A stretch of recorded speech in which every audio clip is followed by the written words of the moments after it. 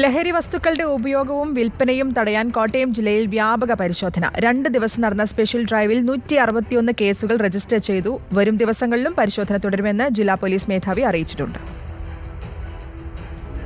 കോട്ടയം ജില്ലയിൽ ലഹരി വസ്തുക്കളുടെ ഉപയോഗവും വിൽപ്പനയും തടയുന്നതിന്റെ ഭാഗമായാണ് പരിശോധന. വാറണ്ട് കേസിൽ ഒളിവിൽ കഴിയുന്നവർക്കെതിരെ ശക്തമായ നിയമ നടപടി സ്വീകരിക്കുന്നതിന്റെ ഭാഗമായും കഴിഞ്ഞ 2 ദിവസങ്ങളിലായി ജില്ലയിലുടനീളം വ്യാപക പരിശോധനയാണ് നടത്തിയത്. ജില്ലാ പോലീസ് മേധാവി കെ കാർത്തികിന്റെ നേതൃത്വത്തിലായിരുന്നു പരിശോധന. സ്പെഷ്യൽ ഡ്രൈവിൽ NDPS ആക്ട് പ്രകാരം 15 കേസും മദ്യപിച്ചും അലക്ഷ്യമായും വാഹനമോടിച്ചതിന് 146 കേസുകളും ഉൾപ്പെടെ 161 കേസുകൾ രജിസ്റ്റർ ചെയ്തു. വാറണ്ട് കേസിൽ ഒളിവിൽ കഴിയുന്ന പ്രതികൾക്കായി ലോഡ്ജുകൾ, ഹോം സ്റ്റേകൾ, റിസോർട്ടുകൾ എന്നിങ്ങനെ 228 ഇടങ്ങളിലായി നടത്തിയ പ്രത്യേക പരിശോധനയിൽ ഒളിവിൽ കഴിഞ്ഞിരുന്ന 149 പേരെ അറസ്റ്റ് ചെയ്ത് നിയമ നടപടി സ്വീകരിച്ചു. ഒപ്പം മുൻ കേസുകളിൽപ്പെട്ട 55 പേരെ കരുതൽ തടങ്കലിൽ പാർപ്പിക്കുകയും ചെയ്തിട്ടുണ്ട്.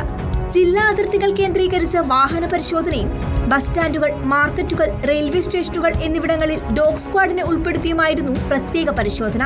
വരും ദിവസങ്ങളിലും പരിശോധന തുടരും. റിപ്പോർട്ടർ, കോട്ടയം.